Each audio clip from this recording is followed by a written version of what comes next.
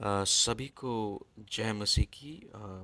प्रभु में आपको शांति मिले। आज जो मैं वचन में से पढ़ रहा हूँ, पहला पतरस 5 अध्याय और उसकी 7 आयत और उसकी 8 आयत हम लोग देख रहे हैं। परमेश्वर का वचन यहाँ पर कह रहा है कि तुम अपनी सारी चिंता उस पर डाल दो, क्योंकि वो तुम्हारी चिंता करता है। और 8वीं आयत में कहता है कि अपने आप को नियंत्रण में रखो, सावधान रहो। तुम्हारा शत्रु शैतान गर्जने वाले सिंह के समान इधर उधर घूमता हुआ इस ताक में रहता है कि जो कोई मिले उसे फाड़ खाए। तो मेरे अजीजों, मेरे भाइयों और बहनों, मैं आपको ये बताना चाहता हूँ कि आज की सुबह हम चिंता और परेशानियों से ग्रस्त होकर के दब कर कुछ भी नहीं कर सकते। हम अगर ऐसा करते हैं तो हम अपने सारे दरवाजे खोल देते हैं, जिससे शैतान हमारी जिंदगियों में खलबली मचा सकता है। शैतान का काम क्या है? वो अपने जलते तीर तुम्हारी ओर फेंकता है। तुम्हारे तुम्हारे माइंड में, तुम्हारे मन में, तुम्हारे चित्त में, तुम्हारी सोच में, विचार में उसके जलते तीर आते हैं। और जैसे ही उसके तीर आते हैं, वो आपको गिराना शुरू करते हैं।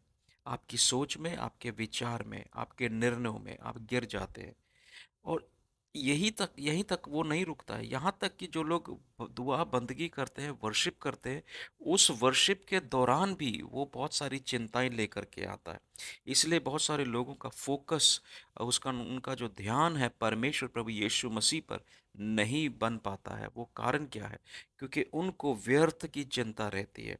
यदि आप चिंता ना करें तो शैतान के जलते तीर आपके ऊपर हावी ना होंगे। वो आपके माइंड